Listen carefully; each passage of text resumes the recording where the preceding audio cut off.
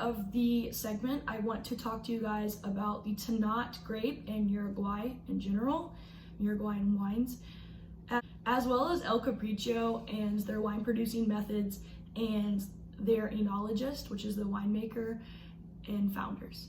So let's begin. So El Capricho is a boutique family-owned winery located in Duranzo, Uruguay. So the Tannat grape from Uruguay was originally brought over from France, as we so discussed earlier. The rootstock was taken and traveled from the Bordeaux region and then planted in Uruguay through immigrants from southern France, Basque Country in Spain, Spanish immigrants, and many Italian immigrants as well. So Tannat flourishes, absolutely flourishes due to the volcanic soil and cool temperatures in Uruguay that correspond very much so to the exact terrain in France particularly. Roughly about 30 years ago, the Uruguayans woke up and realized they had a gold mine in the Tannat, but they lacked knowledge on how to really make it the right way.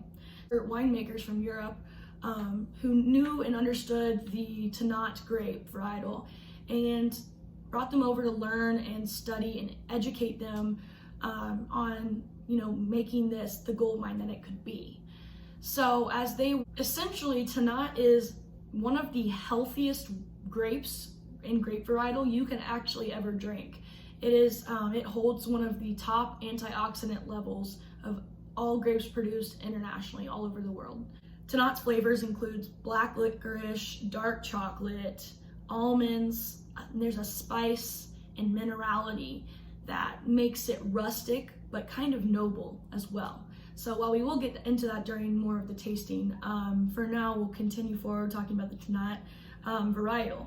Originally, Tannat was known for its harsh tannins and high acidity, and it seems the New World of Wine, Uruguay, has taken its terrain and its new wine production methodology and smoothed it down and made it more drinkable and also more affordable. Vinators have basically found a way to soften those tannins while still creating a powerful wine with plums and blackberries. So I'd say it's a more fruit forward and softer, more elegant form of Tannat instead of the harsher tannin and harsher acidity from France. They also were able in the late 1990s to basically create this new micro-oxygenation strategy and introduce oxygen at a slower pace into the tannins during the aging process without oxygenizing the wine and ruining it. And this soft oxygen being introduced to the tannins, whether it's through aging in oak barrels or through this new micro-oxygenation process, is what kind of softens those tannins, as well as some differences in terrain and soil, etc., etc. When Tannat is also blended with other varietals, which Uruguay has figured out and also became famous for, it also tends to show a little bit more of its character and complexity. So Uruguay has taken all of its new knowledge of the Tannat blends and the Tannat grape and have kind of created this niche that is now becoming very well respected and very affordable. Mostly it is exported to Brazil, Belgium, Luxembourg, United States, and Russia. Why these particular places, I don't know too much about the economics behind that, but they are sending a lot of them and exporting a lot of them to Brazil because Brazil has a lot of issues with producing red wines as they have too humid of a climate. So that's an interesting thing I've actually learned recently about South American wines. Uruguay is also the fourth largest producer of wine in South America behind Argentina, Chile, and Brazil. The Tannat is very similar to the Malbec, the Syrah, the Cabernet Sauvignon. I'd say the only difference is that take those three and then triple it. That is the boldness of this wine. This is a out of the ballpark bold red wine. This is if you like bold red wines, this is gonna really knock your socks off. So basically if you like the typical Malbec and Syrah, and you like the Cabernet Sauvignon or Sangiovese from Tuscany or the Nebbiolo from Piedmonte, you have this elegance behind it, like I said, nobility, early on in this video, where you basically can taste this elegance and smoothness, almost like, think of a grandfather figure, like where there's a tobacco spice and old leathery, or no, actually this is more of a new leathery, this bold leather and tobacco undertone that's involved in all the Tannat grapes. And I think that there's a rusticness that comes from that that's very cool, because it's cigar, it's cedar, it's this bold, elegant smell, aroma on the bouquet and on the palate that you can't really forget. And it's intended to be that way. It has a character, it has a complexity, and they don't want people, they don't care if you're not gonna like it. It's gonna be how it is, and that's how they're proud of it being produced. Typically, the Tannat has a higher alcohol content, higher tannins, and it's very fruit forward. Blackberry, red berry, and but red and black fruit for sure combined, especially in Uruguay Tannat.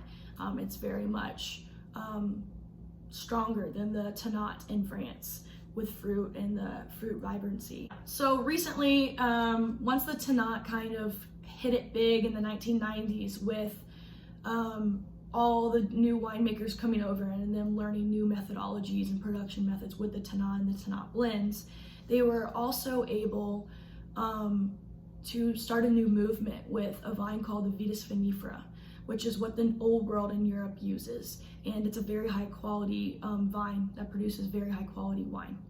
In the past, the New World of Wine, which is South America and North America and other parts of the world, of course, they were using in the 1900s hybrid grapes and vines and wine varietals, as well as new aged grapes that were not classified or qualified to be of the highest quality, the way Vitis vinifera was. So Vitis vinifera became the new standard to the Uruguayans. I would say Uruguay has became a new founder of the highest quality wines in South America. I think that they are setting the stage, and they began setting the stage in the early 2000s. They decided that if they wanted to compete now, due to new barrier and boundary, due to new laws and regulations in South America, they were now able to compete with other South American countries in exporting and importing, and also over to Europe and North America.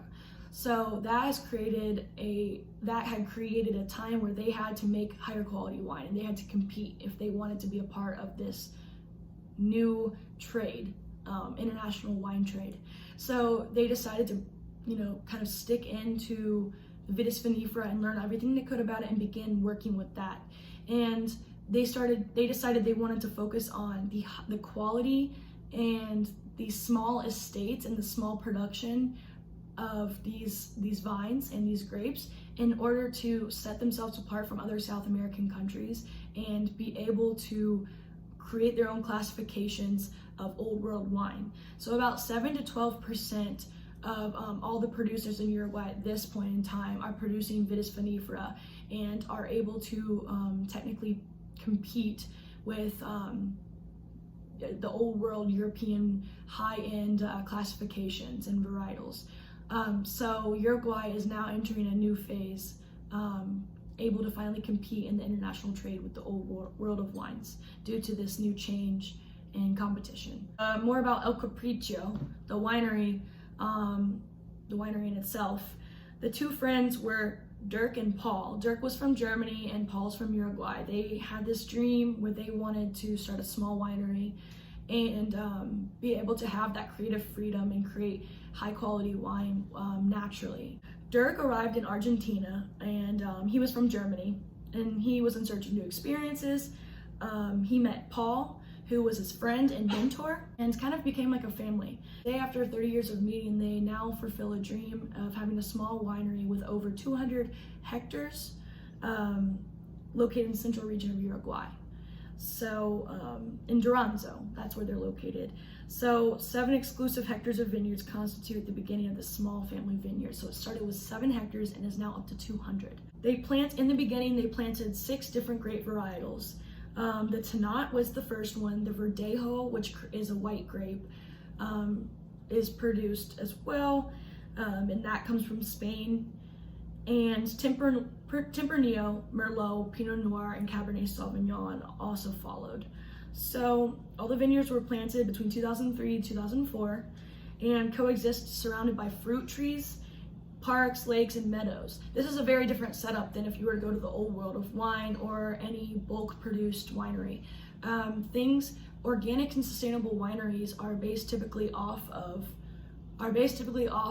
the land that it is grown around. When you grow vines in native areas where there's trees and fresh soil and the varietals of plants are vast, typically sustainable and natural wines are grown closer to plants with higher fertilized soil and a more natural landscape to create that more rustic, earthy complexity that typically bulk wines don't always have to the same level, to the same degree.